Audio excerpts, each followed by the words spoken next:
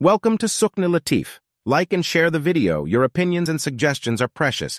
Press the bell icon and allow it to notify. Thank you.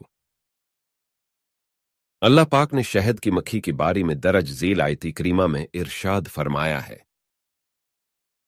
वौहाई रबुका इले नहली अनित्तखिदी मिनल जिबाली बुयूतन व मिनश शजरी व मिम्मा यारिशून थुम्मा कुली मिन कुली समरती फासलुकी सुबुला रबिकी ज़ुलुलन यखरुजु मिन बुतूनिहा शराब मुख्तलिफा अलवानु फीही इश्फाउ लिलनास इन्न फी ज़लिका लाज़ियतन लिक़ौमिन यतफ़क्करून।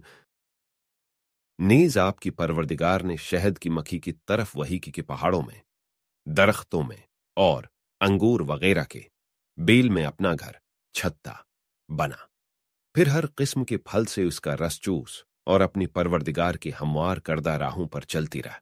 उन मुखियों के पेट से मुख्तलिफ रंगों का मशरूब शहद निकलता है जिसमें लोगों के लिए शफा है। यकीनन इसमें भी एक निशानी है उन लोगों के लिए जो गौर फिक्र करते हैं।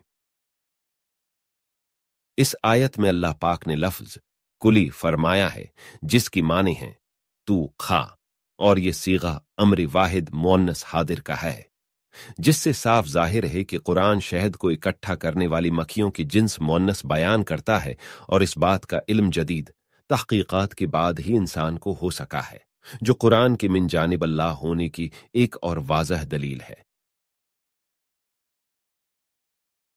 नहल शहद की मक्खी को कहते हैं जो आम मक्खी यानी जुबाब से बड़ी होती है, और उस सूरा का नाम अन्नहल इसी निस्बत से है कि उस सूरत में नहल का जिक्र आया है। उस मक्खी की तरफ वही करने से मुराद फितरी इशारा या तालीम है जो अल्लाह ताला ने हर जानदार की ज़बिल्लत में वदियत कर रखी है। जैसी कि बच्चा पैदा होती है माँ की छातियों की तरफ लपकता ही ताकि वहां से अपने लिए गिजा हासिल कर सके, हालांकि उस वक्त उसी किसी बात की समझ नहीं होती।